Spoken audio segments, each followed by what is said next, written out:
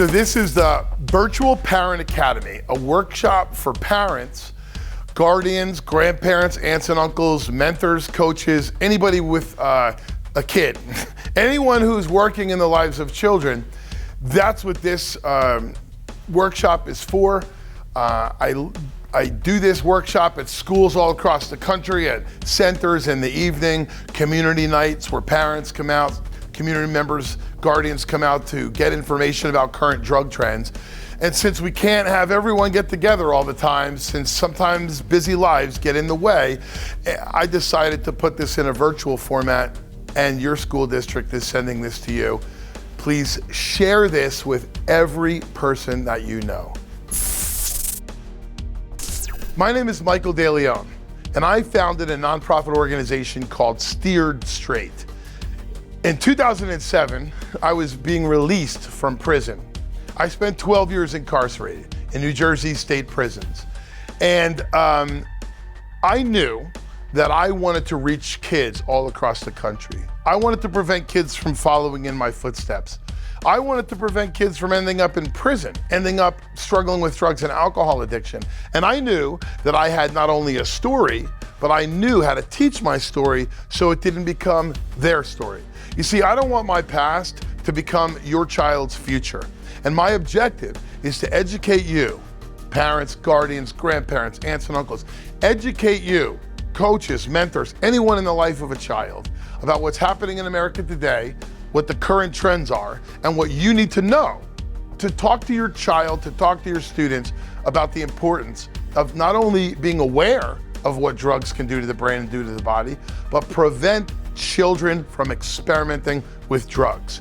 So Steered Straight was founded in 2007, and we started going out to schools all across the state of New Jersey, educating kids about the dangers of drugs. Just say no, according to a lot of people, didn't work. The war on drugs, according to a lot of people, was a failure. How are we going to educate kids in a new, engaging, innovative, and current relevant way so they got the message, so they understood where experimentation could lead them? I don't want to go talk to kids in schools about heroin and fentanyl and meth and cocaine, all these hardcore illicit drugs. I don't want to just talk to kids about the unauthorized use, misuse, and abuse of prescription drugs that are not prescribed for them. I don't just want to go talk to kids about crime and prison. I want to talk to kids about where it all begins. So after interviewing 10,700 addicts, some who were incarcerated, some who weren't, after interviewing 10,700 people who struggled with addiction, I learned where it all began. And the only way to end addiction is to prevent it from starting in the first place. And the only place I can do that is with our children. So I knew middle school, high school students, elementary school, college, age appropriate, no one gets the same message. Elementary school kids get a message, middle school kids get a message, high school kids get a message, college kids. You have to do age appropriate delivery of the content, but you have to start the conversation with kids. If we don't end addiction experimentation, we don't end addiction. So this was my objective. And now we are the #1 booked school presentation program in the entire country. We don't only want to educate the kids, I want to educate the village. It takes a village. Well, if it takes a village to raise a child, we've got to educate all of the village about what that child is experiencing, what that child is being exposed to, what messages that child gets. And if parents don't know what to talk about, how can parents talk about it? So, while I was incarcerated, I wrote a book. It's going to come out in the next year. It's called Chasing Ruin and Finding Redemption. It's the story of my quest to kill myself, quest to destroy my life, quest to find what I was looking for in drugs and alcohol, which, by the way, I never found. And I wrote this book in prison. And so I really want people to understand not only what happened to me, but why. What happened to me, but where it all began. And after interviewing 10,700 other people who traveled the same path as I did, I learned that for most people, in fact, it's 91%, starts the same way. Adolescent use of alcohol, nicotine, and marijuana between the ages of 7 and 17, and it begins as a quest to self-medicate or to cope, deal with the depression and anxiety that stems from childhood trauma, adverse childhood experiences, abandonment, parental divorce, physical abuse, sexual abuse, relationship problems as a child. And these children experience this trauma. It's unaddressed by the school, by the family, by the community, by the country.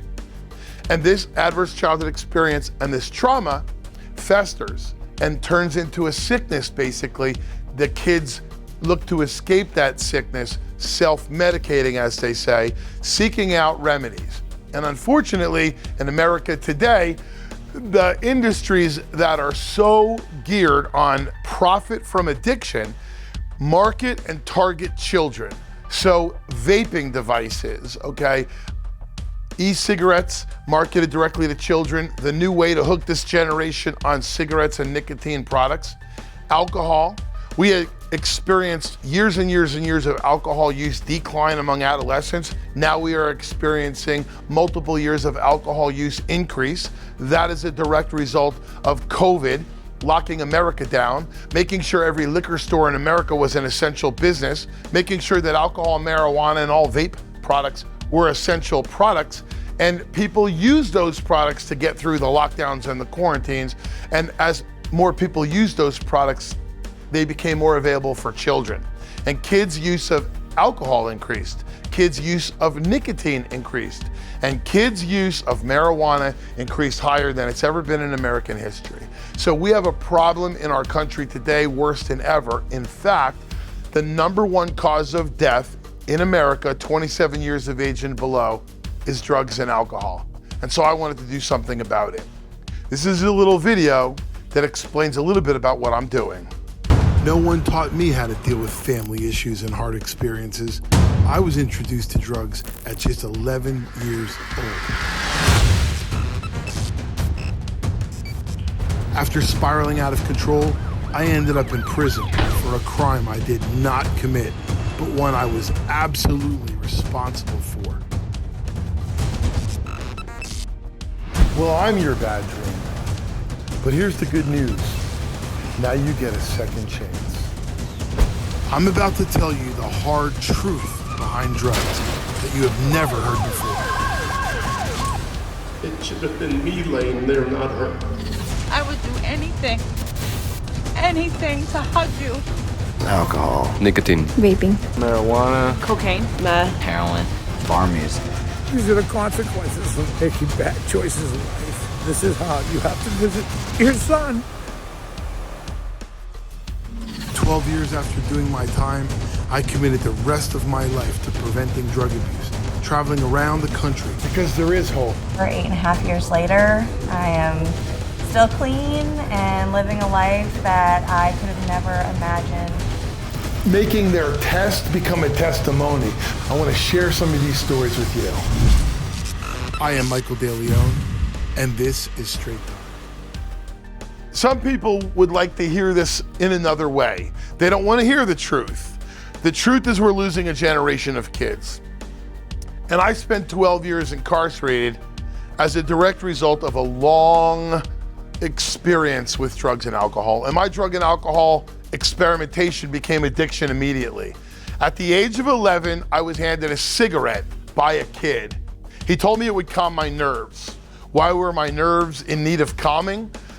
At the age of 10, my parents got divorced. My grades suffered, my behavior suffered, and I had a lot of problems in school. I went from straight A's to D's and F's. I went from the perfect attendance kid to getting suspended weekly. I went from having no problems, the angel child, to the terror of the school because I couldn't handle what was going on in my life. My father's abandonment, my parents' divorce, and the principal suggested to my mother that she take me for some counseling. So my mom took me to get some counseling. And the person, the trusted adult she took me to get counseling, sexually molested me 6th, 7th, and 8th grade. I wasn't the only one. There was other kids that were molested by this person. And unfortunately, it was never really addressed. My trauma, this was the 70s. I don't know if you can understand different than it is today. We buried it under the rug. We swept it under the rug and we kept it quiet because it was not something that society really wanted to address. Physical abuse was going on. I had two uncles who beat me half to death because they were convinced that I needed to toughen up and they needed to beat me into manhood. So I struggled and suffered from child abuse, basically, all through middle school and high school. And this kid handed me a cigarette in the middle of this chaos and told me it would calm my nerves. Well, the cigarette turned into alcohol at a party the same week. The following weekend, I was at another party where a kid had a marijuana joint and he handed me the joint and I started smoking marijuana. Nicotine, alcohol, and marijuana at the age of 11 years old. Well, I was on pills by 13, 14 years of age. I was on cocaine at 16 years of age, heroin at 17 years of age, shooting heroin IV 18 years of age, and at 19 years of age, I found meth. And I was an out-of-control drug addict until 28 years of age when I went to prison. And my life of addiction didn't just affect me, it affected my family. It affected my family so much that it actually caused the death of the most important person in my world, the woman who brought me into it, my mother.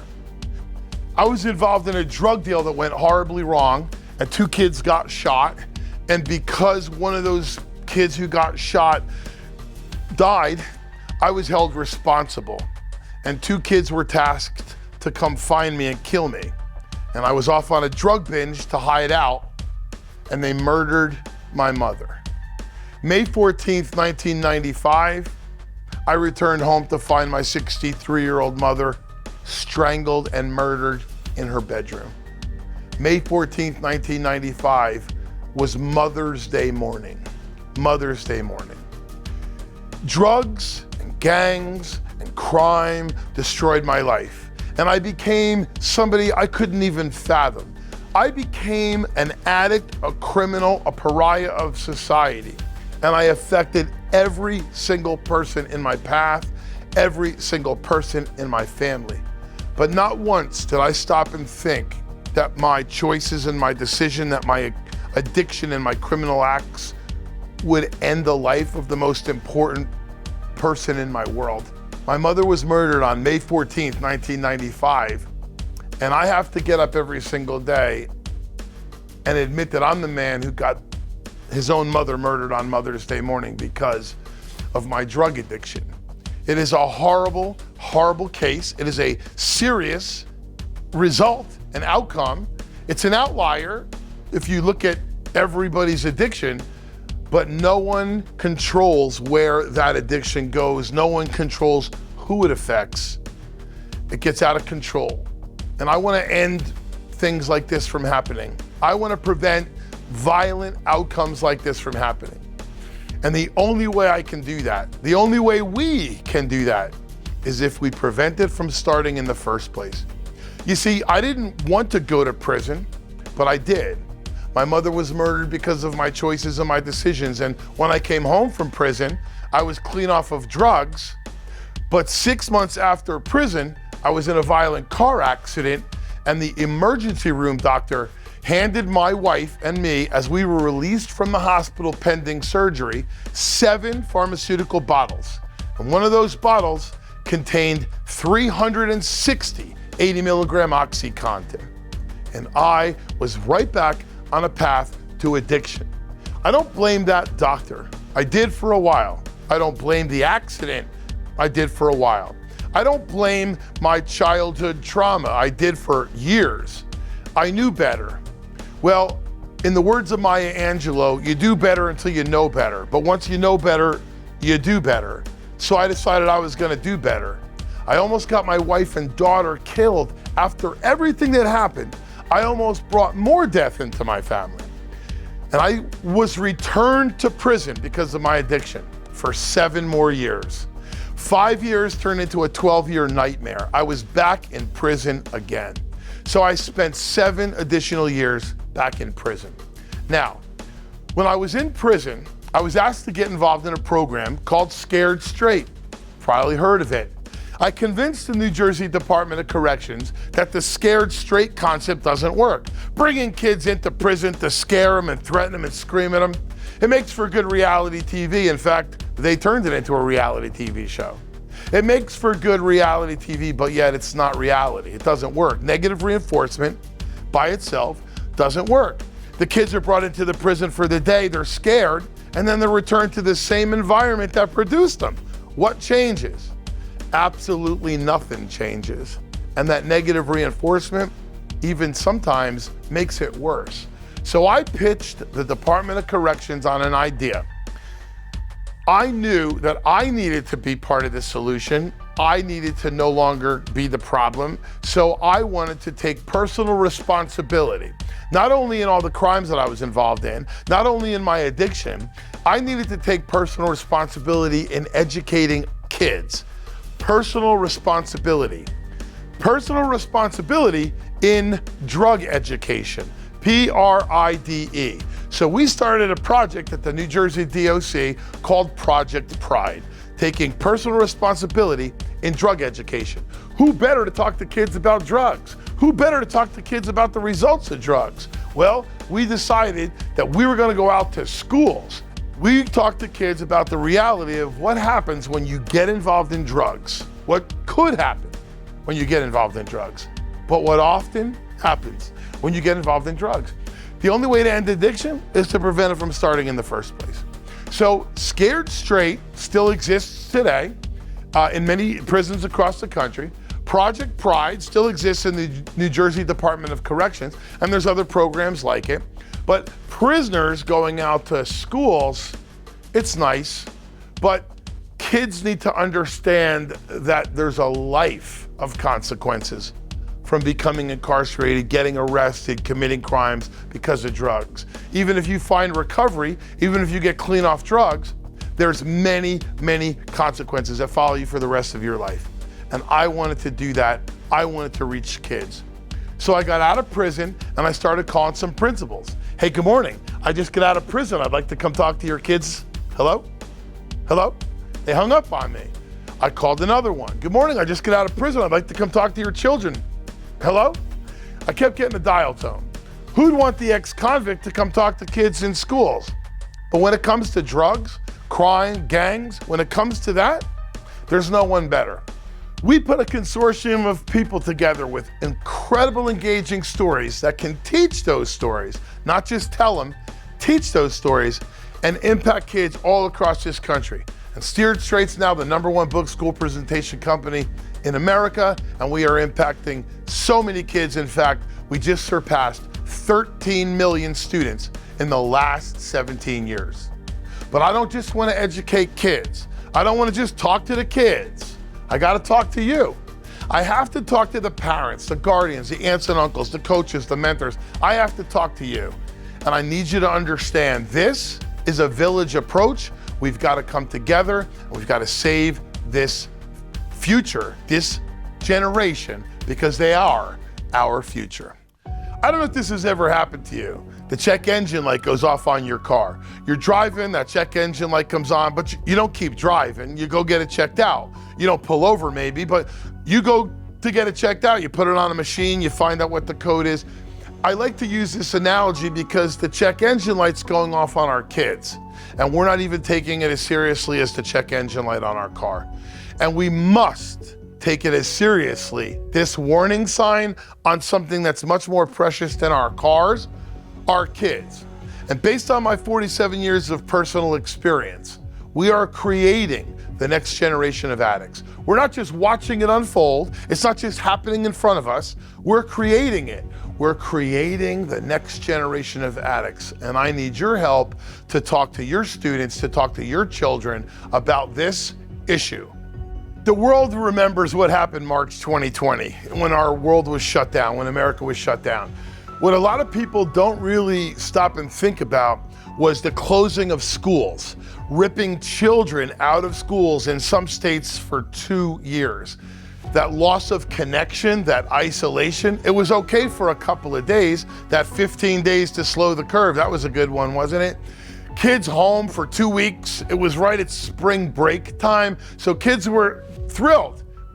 2 weeks of spring break instead of 1 week, but then it became 3, and then it became 4, and then all across the country, people didn't know what was gonna happen.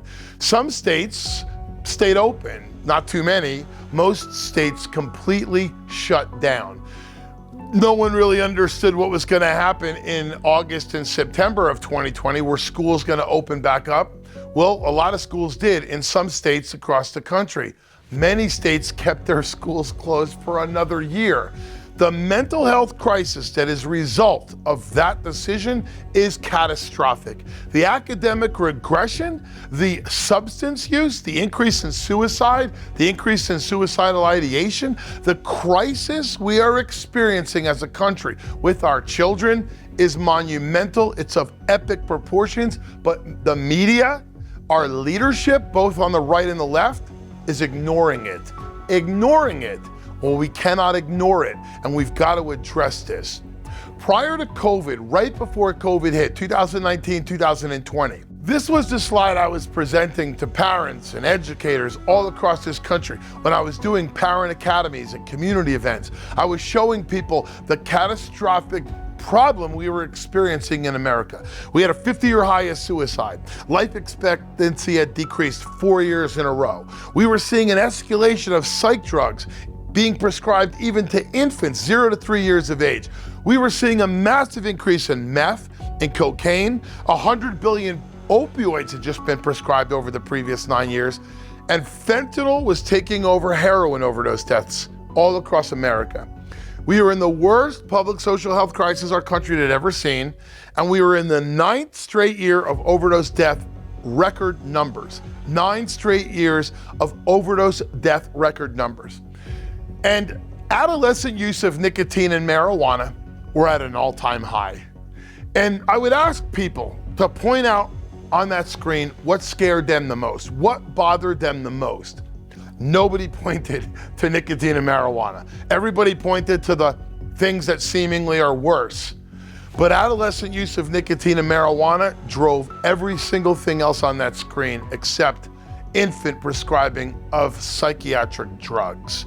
Well, COVID comes and the schools shut down, and calls to suicide helplines jumped 800% across the country. Suicide was increasing, some said as high as 35%.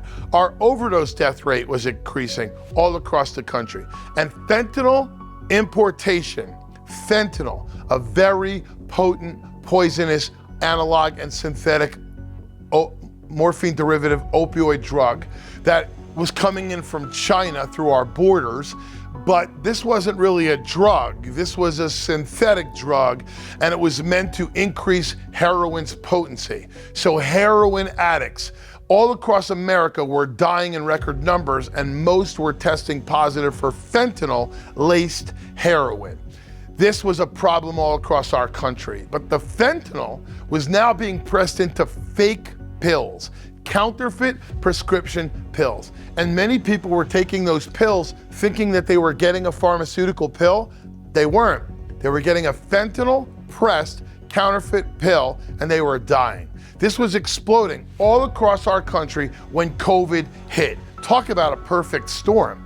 Well, as COVID kind of unfolded throughout the year 2020, some states went back to kind of normal, brought their kids back to schools. Florida, Oklahoma, Tennessee, Texas, the Dakotas, Wyoming. Some states were coming back, some districts in other states were coming back.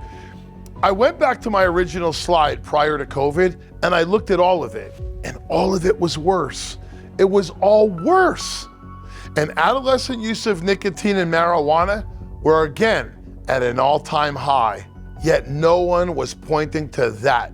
Adolescent use of nicotine and marijuana. And I'm telling you, it's the most dangerous foundational trend our country will ever experience when it comes to addiction, because it's where all addiction begins.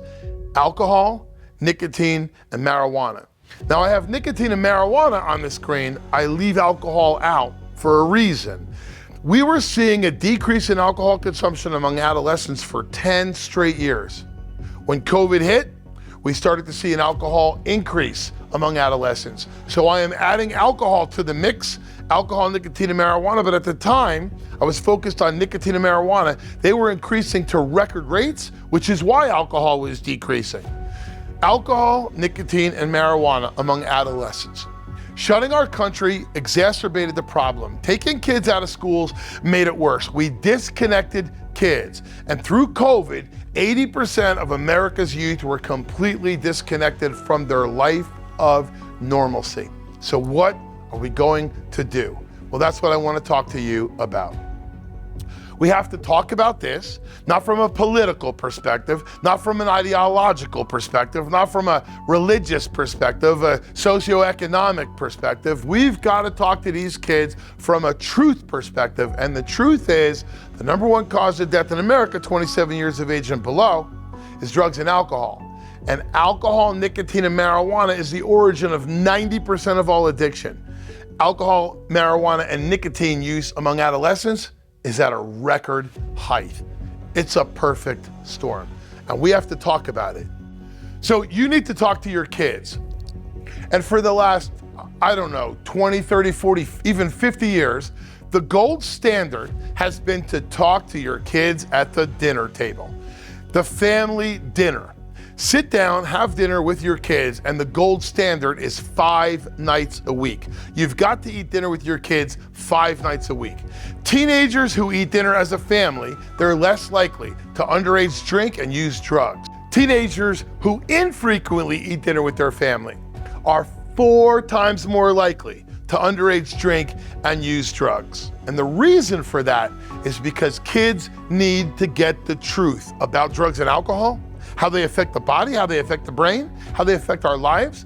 Kids need to get the truth from their parents and their guardians. So sitting at the dinner table 5 nights a week is the gold standard. Ladies and gentlemen, you must eat dinner with your kids 5 nights a week. It was kind of easy during COVID. We were all locked down in our houses, right? But in 2022 and beyond, can families eat dinner as a family 5 nights a week? Every prevention organization in the country, I list just a few, but every prevention organization in the country advocates for the family dinner time. They say 5 nights a week, you must eat dinner with your kids 5 nights a week. And that's what I was pushing. I sat down at the end of COVID as COVID was dissipating, and I'm telling my wife, I'm telling parents that they've got to eat dinner with their kids 5 nights a week, and truthfully, I don't think they can. Some can, and if you can, God bless you, right? But cheerleading, football, soccer, band, extracurricular activities, traffic, 2 jobs, parents working different schedules. Can families eat dinner with their kids 5 nights a week? I didn't think so. So I decided I was gonna stop pushing you to eat dinner with your kids 5 nights a week. It's not the dinner, it's not even the time together. What matters is the conversation. You must have 5 conversations with your kids. Ideally, it's at the dinner table, but if you can't have 5 dinners with your children every week, you must, ladies and gentlemen, you must have 5 conversations. Now, I'm not talking about a 30-minute conversation, an hour talk. I'm talking about a 3-minute conversation, 3 minutes. Now, you'll be surprised how many of those 3-minute conversations turn into 30-minute conversations. But I need you to spend 5 3-minute conversations a week. It's 15 minutes. Everyone has 15 minutes to be a parent. 15 minutes of conversations. But if you don't know what to talk about, what are you going to talk about? So I decided I would not only advise you of topics, give you some subjects, I would give you the conversations. So we sat down and we authored a book. A guide, a conversational guide for parents. It's called Table Talks and Dashboard Conversations, and it has a conversation for every day of the year for 3 years. Are you gonna have one every day for 3 years? Maybe not. But if you have 5 conversations a week, 52 weeks of the year, which is what I'm asking, that's 260 conversations a week. So we gave you conversations for 365 days for 3 years. It's covering current drug trends. It's covering internal and external assets, the 40 developmental assets of growing up, increasing protective factors and decreasing risk factors. 3 years of conversations, and we call it table talks and dashboard conversations. I'd like you to sit at a table, a breakfast table, lunch, dinner table, a picnic table. If you can't sit at a table, have these conversations in the car. We've produced a spiral-bound book, and you can get Table Talks and Dashboard Conversations on Amazon. You can get it on our website. You open up this spiral book on your kitchen island, you figure out and plan these conversations in advance. There's journaling exercises and workbook exercises for you to do as a family. It brings you closer together as a family. It educates you, it educates your kids, and increases protective factors, and it decreases risk factors. It's a table talk and a dashboard conversation for every day of the year for 3 years. It won't guarantee anything, but it will increase the likelihood that your children will make the choices you want them to make when being offered drugs and alcohol. This is an incredible resource that you as a parent need. One of the things that the book explains is that drug addiction is not about drugs. Drug addiction is about the brain. And the 3 drugs I would like you to look at differently than you ever have before is alcohol, nicotine, and marijuana. Alcohol is a depressant. It depresses the brain's development. Nicotine in a cigarette and chewing tobacco in a vape pen is a stimulant, and THC, I'm sure you've heard about it, the molecule in the cannabis plant that gets you high, the psychoactive molecules in marijuana that gets you high, that is a hallucinogen. And if you as a kid are drinking alcohol, you're depressing your brain. You're vaping, you're stimulating your brain. You're smoking weed, taking marijuana edibles, putting it in a vape cartridge, you're hallucinating your developing brain.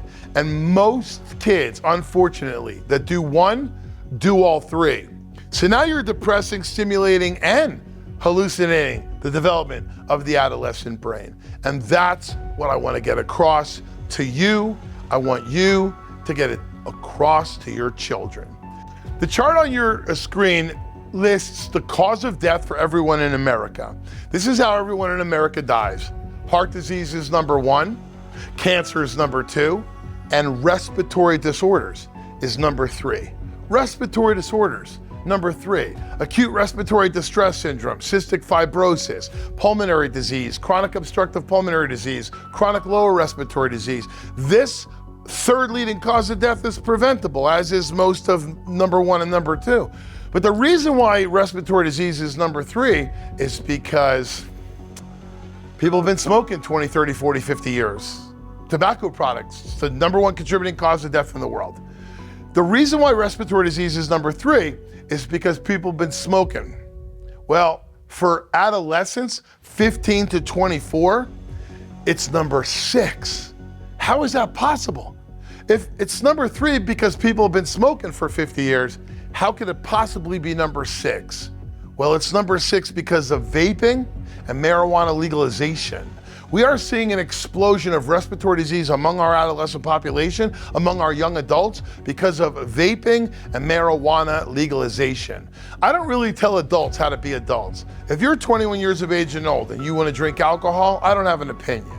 If you're 21 years of age and older and you want to smoke weed for whatever reason, I don't have an opinion. If you're 21 years of age and older and you want to smoke cigarettes or chew tobacco or vape, it's the number 1 cause of death in America, but I don't have a public opinion. I don't want to tell adults how to be adults. See, I'm here for you because of your children. I'm talking about kids. So the brain doesn't develop at 21. The legal age to use those substances is 21, but the brain's not developed at 21. So I hope they would never use those products, even alcohol. But if they do, I hope they wait till they're 30. Like I truly wish the drinking age, the smoking age was 30, but it's not, it's 21. So if someone's 21 and they want to make that choice, make that decision, that's an adult choice. I just don't want them to make it till then. I'm focusing on kids. I don't want kids to touch those substances or any substance, but I don't want them to touch those substances until they're 21. And we are seeing an explosion of the 3rd leading cause of death in America, killing kids, because of vaping products and marijuana legalization. People aren't as concerned, as worried about respiratory disease. I mean, Just recently, the CDC announced 107,000 Americans had died from a drug overdose. It was an alarming number. It was the 12th straight year of increase. Alarming number, and it lasted a couple of news cycles. 107,000 Americans dead from a poisoning or overdose of drugs. Yet, in the same 12 months, almost 700,000 Americans died from tobacco-related illness. If we're measuring this by death, what's the real problem? If we're measuring this by death, what's the real issue? Tobacco products. But are we going to be as concerned about tobacco products as we are about fentanyl poisoning? As concerned about cigarettes as we are about meth? I don't think so. America's complacent when it comes to heart disease and cancer and respiratory disease. America's complacent when it comes to people dying of respiratory disease and illnesses from tobacco-related products. It's a sad truth. But kids are dying, ladies and gentlemen. Kids are dying. And I'm hoping people will be more concerned. In 2010, I had been home from prison for 3 years, and my best friend's daughter, Amber, died of a heroin overdose.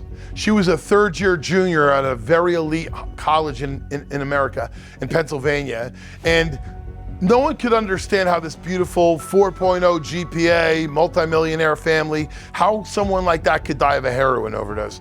So I decided I was gonna make a movie about it. I mean, I don't know that most people would have done that, but I decided I was going to make a documentary film showing America what was happening in this beginning stages of a heroin and opioid explosion. So I made a documentary film that was released in 2011 called Kids Are Dying. It was the story of opioids led to heroin, this heroin crisis, and how good kids all across America were dying from heroin overdoses. Kids are dying. I shot this movie in 2010. It was released in 2011, and it is as relevant today as it was in 2010 when I shot it. I got out of my car in this little city next to Philadelphia called Camden, New Jersey. And I started walking down the street looking for a heroin addict to interview. It took me about 30 seconds to find her. And I walked over to her. Her name was Christina. These stills are first 4 kids I interviewed on day 1. These are the first 4 kids I interviewed that were homeless on the street. In the upper right-hand picture is Christina. She was living in that abandoned house underneath her. And I got out of my car, talked to her, walked over, told her what I was doing, said, I'm gonna make a documentary film and I wanna explain to kids where addiction begins. She said, you're gonna show this to kids? And I said, yes. So she literally pulled her arm sleeves up and she said, go show kids this. I don't know how old she looks to you in this picture. She's 21 years of age. Now I know she looks a lot older. When I say she's 21, you should hear the audience gasp. 3 years before this picture, she walked across her high school graduation stage to accept valedictorian of her graduating class. This young girl, 3 years prior to this picture, was top of her class in high school. She had a full scholarship to college. She became a cheerleader for that college football team, and she fell off a pyramid at a football game. She fractured her tailbone. They rushed her to the hospital. They put her on Percocet and morphine liquid. They added Vicodin. She got addicted to the opioids. She started seeing multiple doctors, getting opioids from multiple doctors, 5 of them. Once all the doctors found out she was doctor shopping, getting opioids from multiple doctors, they cut her off. They literally cut her off of her opioids. She was addicted to these opioids. She walked 6 blocks down in Philadelphia where she was living to a little section called Kensington. And she picked up some heroin. And within 1 month, this girl was walking the streets of Camden, shooting 30 bags of heroin a day. And 7 months after I interviewed her, she died. She died of a heroin overdose. In fact, all 4 of the first day of the kids that I interviewed, Brian, Molly, Crystal, and Christina, all 4 of those kids I interviewed on day 1, they all died before the film came out.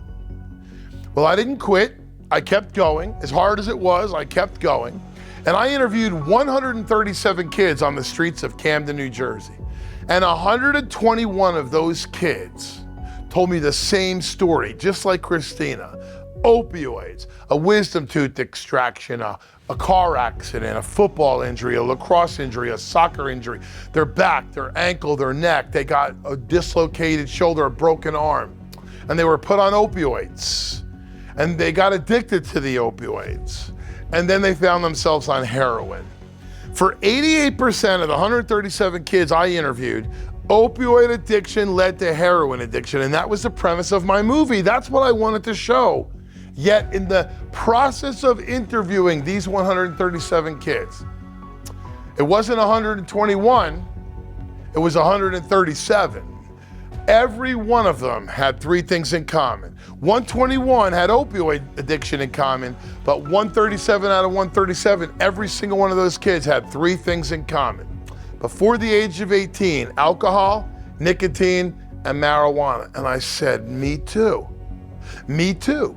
Alcohol, nicotine, and marijuana. The depressant, the stimulant, and the hallucinogen. Before the age of 18, 91% of all addicts in America begin with those three substances before the age of 18. In my movie, it was 100%. Every single one of them started with those three substances. So, every prevention agency in the country, every treatment counselor, every school of addiction, substance use, mental health schools and classes and teachers and counselors, pretty much everyone accepts 90% of addiction starts as a teenager. 90% addiction is based on adverse childhood experiences and trauma.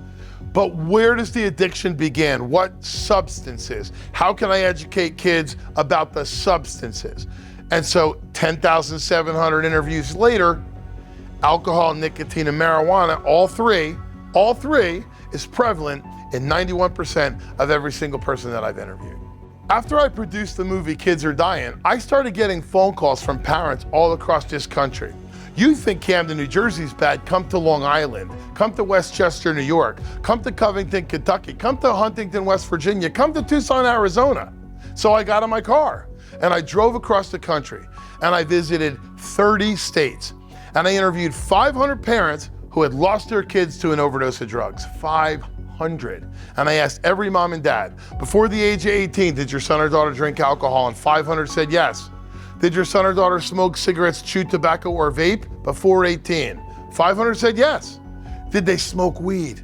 And 500 said yes. I couldn't believe it. I couldn't believe it. Alcohol, nicotine, and marijuana before the age of 18. I said, maybe there's something to this. Of course there's something to this. So I want to talk to you about nicotine and marijuana, and then I want to urge you to go to our website to visit all of our films. Watch these films on their own and learn. Go to our website, take additional courses, download our learning management system, take additional courses to learn about specific things. But right now I want to talk to you about the two concerns I have, which is part of the trifecta gateway of addiction: alcohol, nicotine, and marijuana. And those two things, ladies and gentlemen, are marijuana and nicotine. And now they are intertwined. They are one and the same, nicotine and marijuana. The delivery systems, the marketing, and the companies behind them is the tobacco industry. They are one and the same. My third movie that I made after producing American Epidemic is called Marijuana X. The reason I call it Marijuana X is because it's not marijuana anymore. So I was in Boulder, Colorado, interviewing a woman for American Epidemic. Colorado had just went legal with recreational marijuana, and I couldn't believe what I was seeing. I was walking down the city streets of Boulder, beautiful city, brick streets, and I came across this dispensary, and I couldn't believe it. I walked inside. I thought I was in Nordstrom's. I literally thought I was in some chic boutique. And the people there were explaining to me about how marijuana had gone mainstream, about how it wasn't the kind of marijuana that you roll up in a joint anymore. It wasn't some 5%, 7, 10% potent marijuana. It was new. This was the new industry. And America, unfortunately, had embraced this. My issue with marijuana is on kids, 20 and below. So there's no one who can argue and debate with me, because in every state that has legalized marijuana, it's 21 years of age and above. You're 21 years of age and above, I don't tell you how to live your life. I don't tell adults how to be adults. My issue, my mission, my purpose is for 20 years and below. And it's not legal for anyone 20 and below in any state in this country. I started to focus on what marijuana had become, and I was scared to death about what it was doing to kids. So I walked into a dispensary and I found these two little vape vials. They were like liquid weed, the sign said. And I asked the kid behind the counter, what's liquid weed? And he said, man, now you can vape it. What do you mean vape it? How do you vape weed? And he told me.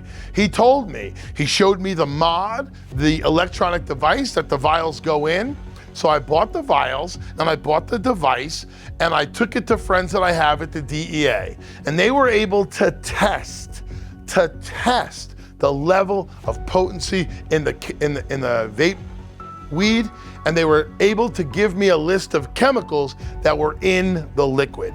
They weren't listed on the packaging, and the level of potency in that marijuana was 4 times higher than the dispensary that sold it told me it was. I said, we are in the middle of a crisis and this isn't gonna end well. So I made a movie about it. Now, in 1960, marijuana THC, which is also the molecule Delta 9, was tested for the very first time in conjunction with the DEA. It was 1%. When people say marijuana is a plant, it used to be. When people say marijuana is a soft drug, yeah, it used to be. Marijuana potency, THC potency to be more specific, Delta 9, was 1% in 1960.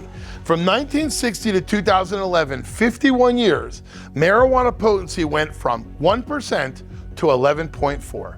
They increased its potency, they genetically modified it, they put female plants together, they made hybrids, they brought THC potency to 11.4%.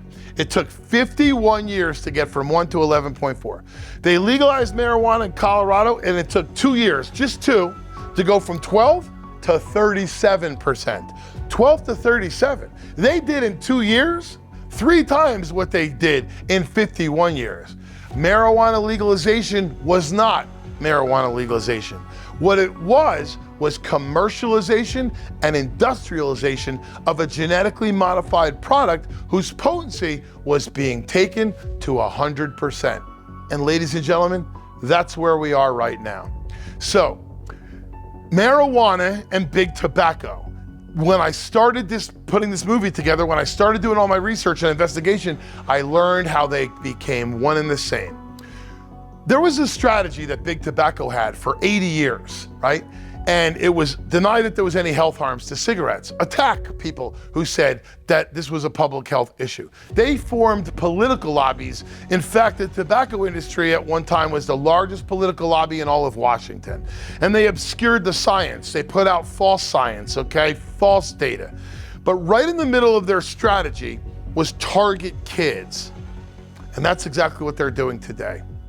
In 1994, there was a hearing in Congress. Congress had a reckoning, and they brought big tobacco in. It was the cigarette tobacco hearings in front of the Health and Human Services Committee of Congress, April 1994.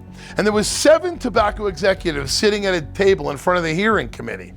And then Congressman Wyden from Oregon, he asked them all a question.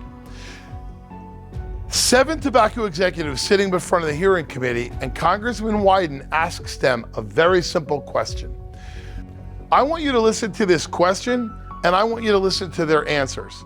And then I want you to understand how the strategy big tobacco used for 80 years is the same strategy that they're using with marijuana.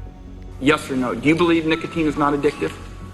I believe nicotine is not addictive, yes. Mr. Johnston. Congressman, cigarettes and nicotine clearly do not meet the classic definitions of addiction. I don't believe that nicotine or our products are addictive.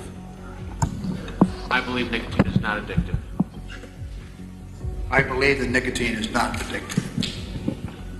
I believe that nicotine is not addictive. And I too believe that nicotine is not addictive.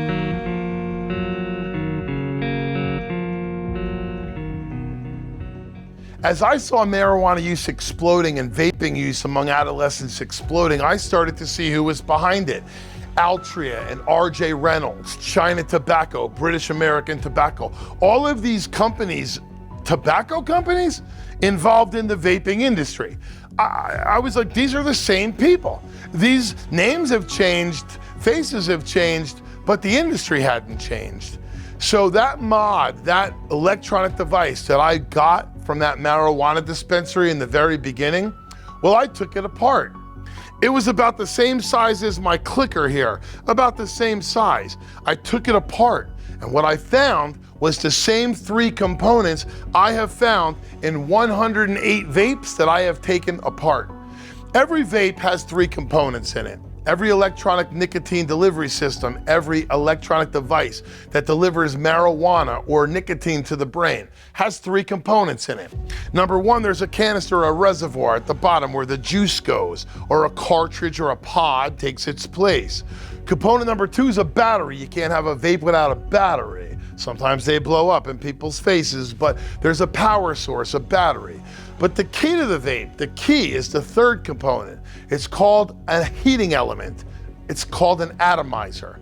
And what happens when people put that vape to their mouth, the atomizer gets turned on by the battery, and the oil, the wax, the liquid gets heated up to 200 degrees Fahrenheit. It vaporizes out of the device. When it vaporizes out of the device, it aerosols into the respiratory system. When these kids, when these adults are putting that vape to their mouth and inhaling it, it goes into the respiratory system. It's entering the body.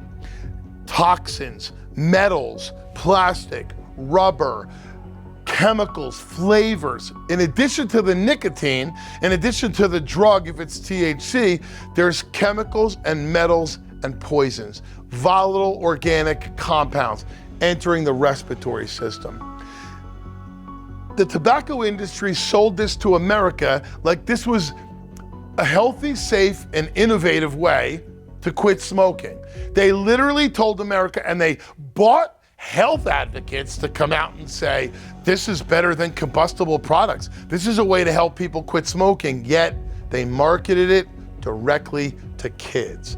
Kids weren't smoking. Middle school kids, high school kids weren't smoking cigarettes. This wasn't a way to help people quit smoking. This was a way to hook the next generation on nicotine so they became tobacco consumers. And I'll tell you why.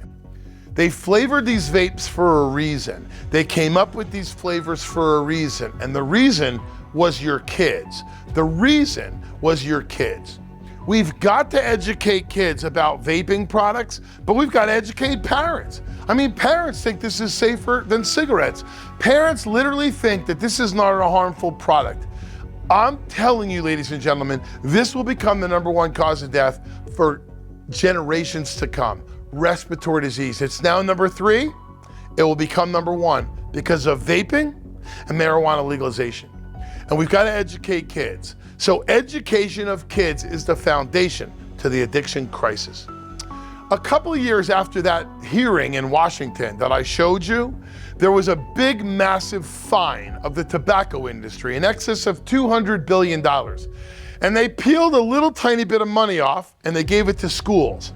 Part of the settlement with Big Tobacco was to educate kids about tobacco products, what they do to the brain and what they do to the body.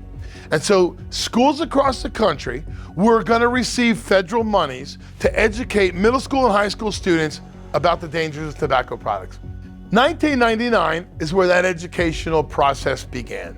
And at the time, roughly 34% of high school students smoked cigarettes.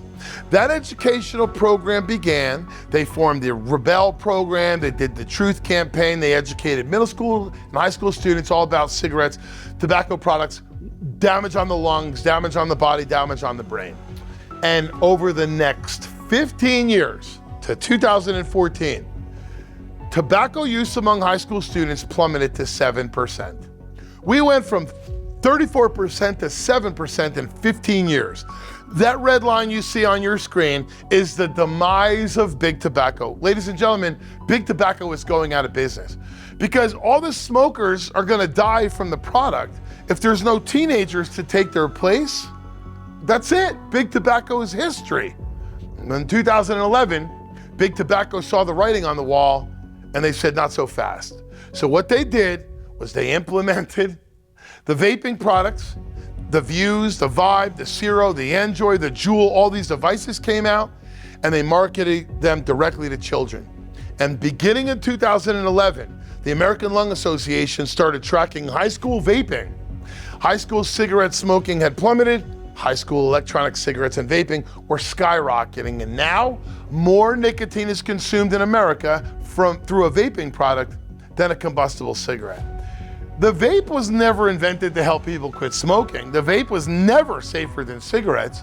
The vape was invented to hook kids. The vape was invented to save big tobacco. The vape was invented to help save their industry. And it's exactly what happened. So over the years, the FDA has done very little. The regulation from the Obama administration, the Trump administration, the Biden administration, there's been very, very, very little regulation. And now we have a complete unregulated wild, wild west. And my data and my surveys show between 70 and 80% of high school kids have vaped, and about 60 to 70% of middle school kids have vaped. About 50% of high school kids and 40% of middle school kids are vaping on a regular basis.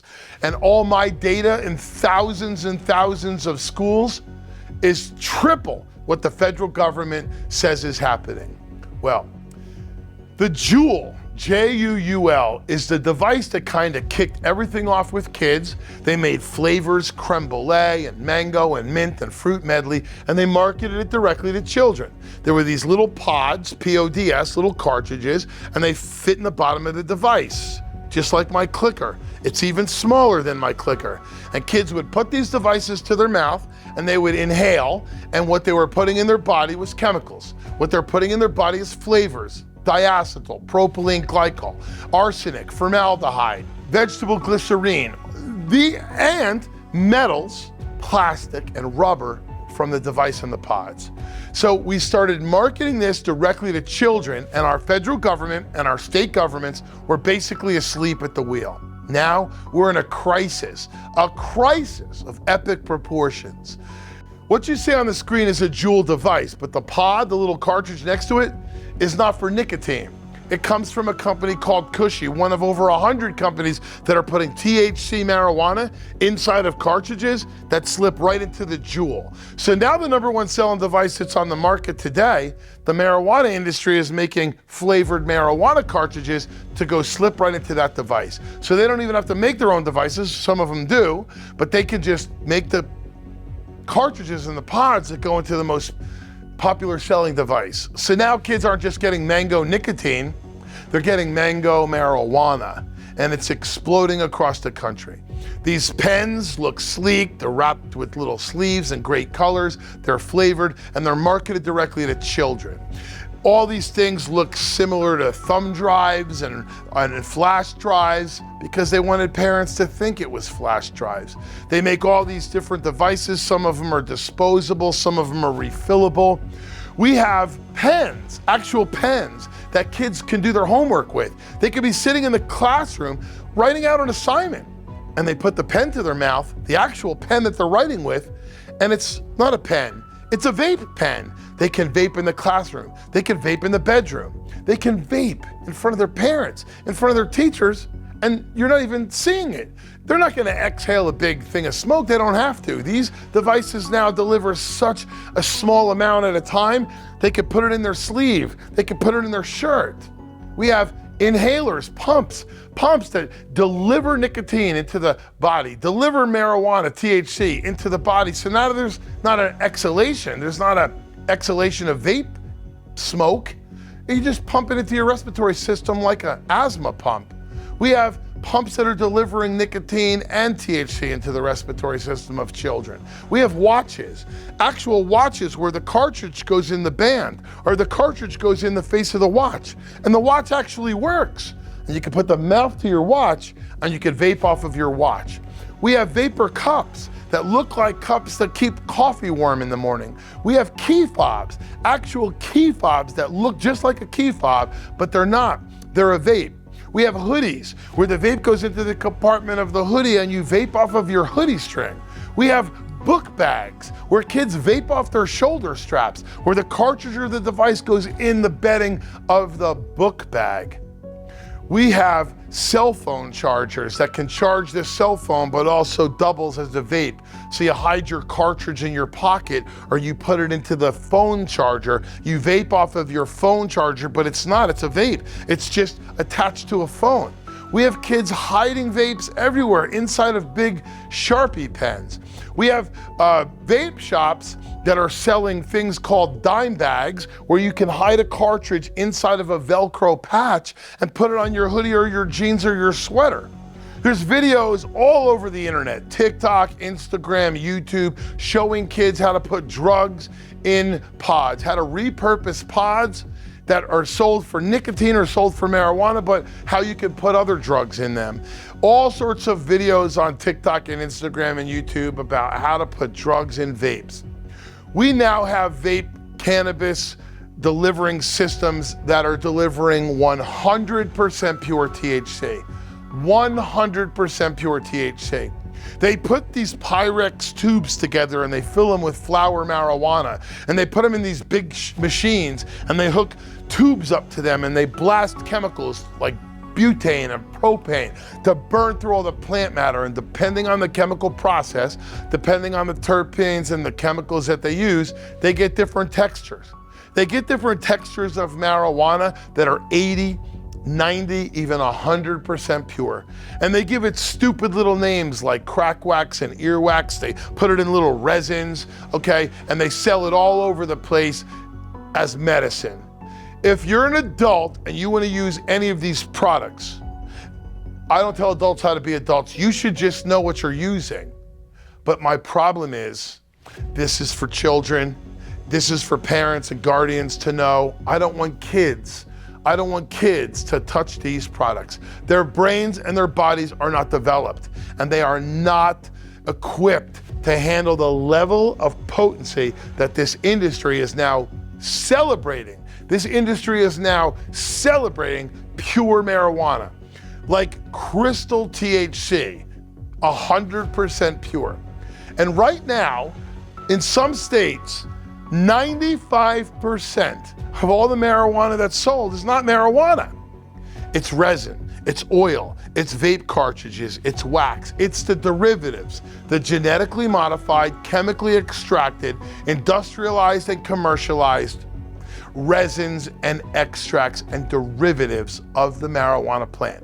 Most marijuana sold in America right now is not even marijuana. It's from the marijuana, cannabis, and hemp plant, but it's not marijuana. This is the problem. And in 2018, some craziness took place in Washington. There was a bill called the Farm Bill, 2018 Farm Bill. It was a good bill. Good for agriculture, good for the Midwest, good for every American, because we all eat. We need our farmers. This was a good bill for our agriculture industry, except inside that great bill, the Republicans and the Democrats put the full-blown legalization of hemp, H-E-M-P, the hemp plant. Every molecule in the hemp plant became legal when President Trump signed the 2018 Farm Bill. Republicans and Democrats together put hemp in that Farm Bill. Well, they knew what they were doing. A lot of people were okay with this because hemp doesn't get you high. Au contraire. Hemp gets you high. In the day, back in the 80s, you'd have to smoke a barrel of hemp to get high. You'd get sick before you got high. Ever since legalization of cannabis in 2012-13, scientists and chemists have been splitting molecules. They have been isolating molecules and increasing its potency. Well, they started to do the exact same thing with the hemp plant. And what they found were molecules in the hemp plant that were psychoactive, just like the cannabis plant. And they put the legalization of every molecule of hemp inside the Farm Bill. And because that Farm Bill was passed, it legalized marijuana, hemp-derived marijuana, synthetic marijuana. It legalized it in all 50 states across our country. And now you don't have to go into a marijuana dispensary to buy marijuana. You can buy it at a truck stop. You can buy it at a gas station. You can buy it at a 7-Eleven. In fact, you can buy it at some souvenir shops in Myrtle Beach, Orlando, Branson, Missouri. I've been there. They're selling Delta 8 and Delta 10 in shops all across this country. They are psychoactive, hallucinogenic. They get you high. And they are absolutely 100% federally legal all across this country. What we're doing now is we're extracting Delta 8, which is a molecule, hallucinogenic, psychoactive, Delta 10 out of hemp. We are putting it into resins and liquids and oils, increasing its potency, putting it into cartridges, putting it into packages, putting it into vape devices, and selling it all across this country. Putting it into trees, little joints, little gummies, little Skittles. We are putting this all across the country, and it is 100% unregulated. Not regulated by the FDA. This is still a Schedule I drug by the federal government. This is a product that's being sold all across this country to children, to kids. And our federal government is asleep at the wheel. Now we have synthetic THC, like THCO. They say it's in compliance with the law because it contains less than 3% of THC. Yet it contains 95% THC-O, which is synthetic THC, synthetic marijuana. HHC, hydrogenated marijuana, flavors and putting it in little candies like Pop Rocks and Skittles, gummy bears, where kids are bringing these products to schools and kids are overdosing. There was a 7th grader in Georgia who brought these Delta 8 Skittles to school, and kids overdosed. The ones he shared them with, they overdosed. It came out in the newspaper immediately. It was assumed that it was fentanyl-laced candy. Fentanyl-laced candy. It wasn't. It was Delta 8 candy. A 7th grader shared it with other kids in school, and they overdosed and were sent to the hospital. We are selling this stuff online all over this country, and kids do not realize what they're getting. Kids do not realize what they're eating. These edibles are not controlled. They're not regulated. There's no quality control. But again, if you're an adult, I'm not going to tell you how to live your life. I don't tell adults how to be adults. I'm talking about children, ladies and gentlemen. I'm just talking about kids. And I don't want kids to touch these products. I don't want kids to consume these products. Delta 10, like Happy Pens? Happy Pens. What do you think kids would flock to after 2 years of isolation when they're depressed and anxious? Delta 10 sold in a vape shop, sold in a convenience store? Happy Pens? Yeah, I want to be happy. I want to deal with my anxiety and my depression, so I get these pens. They have no idea what they're getting themselves into. They're putting cannabis-infused toffee and cookies and chocolate and cereal all over this country. And where is the food industry with cease and desist orders because so many of these marijuana-infused edibles look identical to the packaging of Fritos, of chocolate chip cookies, of cereal, of Skittles? Where are the industries with cease and desist orders just on the packaging? So you're going to start to hear a lot more about cannabis hyperemesis syndrome, where you've completely lost control of your vomiting. You can't stop vomiting. You're going to start to hear a lot more about cannabis-induced psychosis, CIP. This is such a crisis, and the media is ignoring it. Our government's ignoring it. Our state and federal legislators are ignoring it. Our government agencies are ignoring it. We can't ignore it any longer. Our kids' perception of harm, of marijuana, of nicotine is lower than it's ever been. And when perception of harm goes down, use goes up. If kids think it's not a problem, their use escalates. We have the highest use of marijuana, nicotine use among children than we ever had in American history because our children do not think this is a problem. Unfortunately, a lot of parents don't think this is a problem either. You know, one of the scariest things that I do in schools, in my assemblies, I ask the kids, every state, middle school and high school students, I ask them about alcohol consumption in high school, marijuana consumption in high school, vaping consumption in high school, vaping consumption in middle school, vaping consumption in elementary school. And you should see the hands. But one of the questions that I ask kids is, raise your hand if you know a student, middle school, high school kid, raise your hand if you know a kid who's vaping and you truly believe they're addicted to it. And ladies and gentlemen, 60% of the kids in this country raise their hand. 60%. And if half of those hands going up are truthful, we have a crisis. Kids would come up to me after presentations, or they would message us, okay, on our social media. You came to my school, you make a lot of sense. I want to quit vaping and I've tried, I can't, what do I do? Parents would call us. You came to my son's school, my daughter's come crying to us saying she wants to quit, but she can't. We didn't even know she was vaping. How do we help our daughter quit? I have fathers bring their kids to parent nights and say they've grounded them and they've took their phone and they've locked them in a room and they've grounded them for life. And then they keep catching them with vapes. Kids getting caught with vapes in school. Some states will expel a student on the second or the third offense for bringing a vape to school, yet some of these kids can't help it. Some of these kids are addicted. Kids become addicted to nicotine. So they were asking me, what do we do? How do we help my son? How do I help my daughter? How do I get off vapes? So I went to Walgreens, Walmart, Target, Rite Aid. I went online. I bought every smoking cessation product I could find. And I sat them all down. And I started researching all of them and learning all about it, looking at the ingredients. And I started to read the back of the boxes. And on the back of the boxes, it says directions. If you are under 18 years of age, consult a doctor before use, because no studies have been done to show if this product will work for you. No studies have been done to show if the product will work for you under 18. Well, you know all that legal paperwork on the inside that we never read, we just hope and pray nothing goes wrong? Well, I read it, and you know what it says? No studies have ever been done. No studies have ever been done under the age of 18. These products, none of them, have ever been tested on a child. Now, as a parent, you have to make a decision. I know parents who allow their kids to eat nicotine gum to get them off vapes. I won't recommend it. I cannot recommend a product that's never been tested on a child to be used on a child. I just can't do it ethically, right? I know parents who put patches on their kids. I've seen doctors prescribe patches to high school students.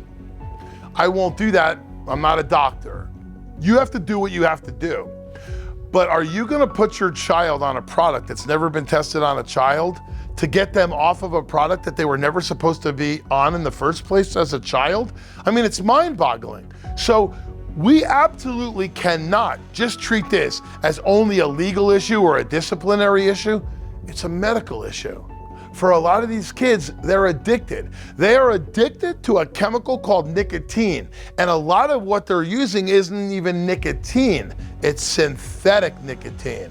And our FDA is not regulating it as of right now, not even regulating it. So we have kids vaping, inhaling synthetic nicotine. They're becoming addicted to it. It's crossing the blood-brain barrier. It's affecting memory, learning, it's attention, commitment, motivation, studying, concentration.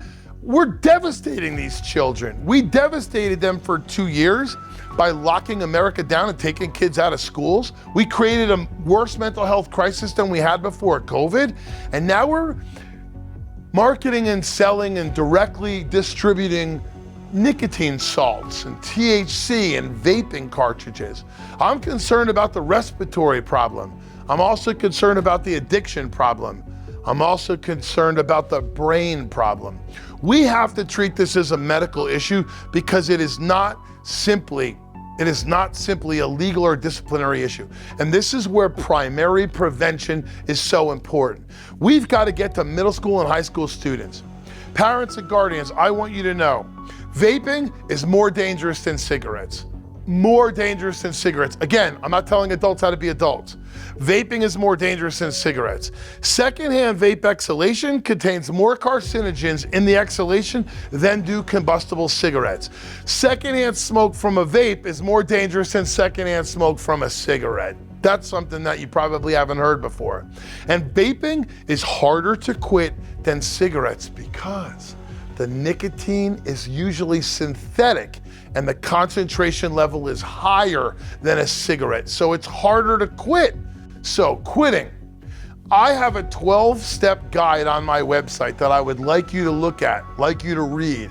If you're a student, a child, a young person, if you're a young adult, you want to quit vaping, if you're a parent, guardian, mentor, coach, grandparent, and you want to help your young person quit, you want to quit yourself, go to our website. 12 steps that I have come up with that I believe will help you navigate this process of quitting.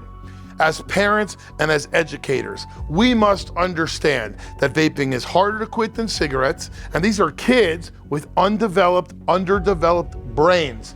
It's harder to quit cigarettes as an adult. Imagine how hard it is to quit a vape with a higher concentration level of nicotine when their brain is underdeveloped. The vaping products are higher in concentration than the cigarettes, and this is a medical issue, not just a disciplinary and a legal issue. One of the things I say to parents and guardians all the time, teachers all the time, law enforcement, the medical community, the civic community, churches, the faith-based community, kids don't care how much you know until they know how much you care. You've got to get across to children that you're not just disciplining them, you're not just telling them they can't vape because you think it's harmful. It's deadly. It's gonna change their life forever. Kids don't care how much you know until they know how much you care.